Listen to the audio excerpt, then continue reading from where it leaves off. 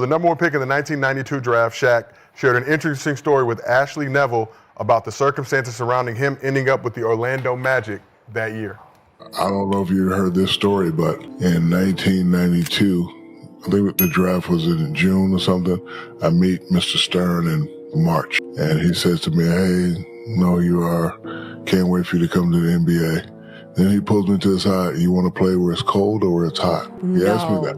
Yeah, he did. He asked me that, and I was like, hot. And he smiled, and I smiled, and then a couple of days later, they had the draft thing, and, you know, the top 3 things, and then Minnesota was number 3. I was like, and then Charlotte was number 2, and then Orlando, Florida was number 1. I was like, I didn't think anything about it, but, you know, you hear a lot of these conspiracy theories, and, you know, there's a lot of situations that could make these things sound good and sound true, like, okay, Dallas gets rid of one of the best players, but, oh, we're getting a new one. Ding, ding, ding, ding, ding. So we got to add some important context. Also, Magic were an expansion franchise that was just 3 seasons in, needed a jump start.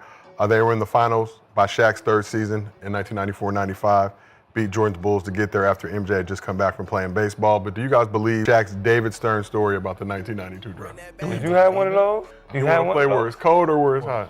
Did they ask you where you want to play? No, I was going 1 or 2, so it didn't matter. But, I mean, I believe him. Yeah, I believe that. Hell yeah. Hell yeah. Who said I want to play where it's cold? You know, I said that, right? In 92 too? Hell yeah. different time, Mr. B. Listen, I mean, you know, for the most part, you know, within recent years, besides, you know, Brooklyn, but most new owners, they get the #1 pick within their first 2 years of getting that team. What happened with Dallas? If you pay for a team, right? So do you see Boston getting the #1 pick soon? Mr. B, that was where this conversation was. They Sold back got in new March. owners. $6.1 billion. 2027. Let's just say Jalen Williams decides, Jalen Brown decides to miss all next year, and they play real bad. Yeah. No, not next year. No, Tatum's already out. Yeah. I said Jalen Brown. If he misses, then Utah getting #1 pick next year.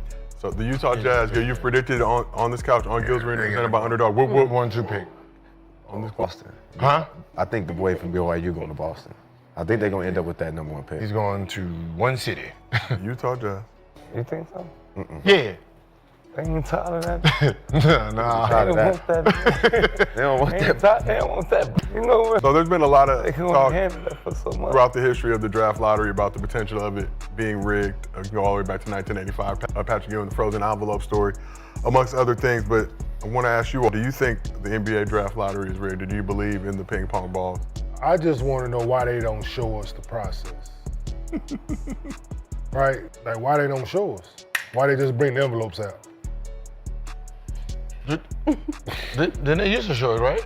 Yeah. It used to be like, the California lottery back in the day. Yeah. Come on. Yeah, they used to, yeah. Even then, I think that shit was more team. Of course, you got one team, a couple teams has more balls in the thing than other teams, but then you switch to the envelope thing. It makes it that much more suspicious when people just see the final result. Like motherfucker, just come outside after 6 months, this motherfucker swole. Like, what you been doing? It's just suspicious. Wouldn't it make it more exciting to actually see that? Yeah. If I was the commissioner, exactly how y'all see it is how it be done. No, I ain't showing y'all I ain't shit. showing y'all motherfucking thing. Nah, I'm not showing y'all nothing. I want you to tune in every year thinking this is rigged. Yeah. Because I'm doing what I'm doing back here Yes, in this lab. Right? Hey, listen, everyone don't deserve the #1 pick. Some of you cities, nah. For real. Y'all really thought Wemby was gonna go to where? Charlotte? Detroit? No, he ended up exactly where he was supposed to end up. Someone who knows how to take care of #1 pick bigs. It is interesting when you really think about it. So Send them to pop. Teach them, get them, mold them. You done did it with #2. 2 of them already, Hall of Famers. Pack it in the book, stamp them. So what Utah gonna do with old boy? AJ DeBanza? Yeah, AJ. Yeah. So what they known for? The tickets. They're not winning no championship. Utah Jazz. Yeah, I know that. Fuck who they get over there? It's Utah Jazz. Hey, watch your mouth, fucker. You from there? That's our favorite team. That's favorite team. BK's favorite shit. team right now. Huh? Hey, they gonna win. The future looks bright. Future looks bright in Utah. Future looks bright over there. Right? Yeah, it's a motherfucking light at the end of the tunnel, goddamn. It's a train coming. God bless Salt Lake City. The purple team. Yeah. All right, well, one more thing we're going to talk about on the draft. They gonna discussion. win it next year. Watch, tell you. So, Gil, your former team, the Washington Wizards, fell to the 6th overall pick in the draft.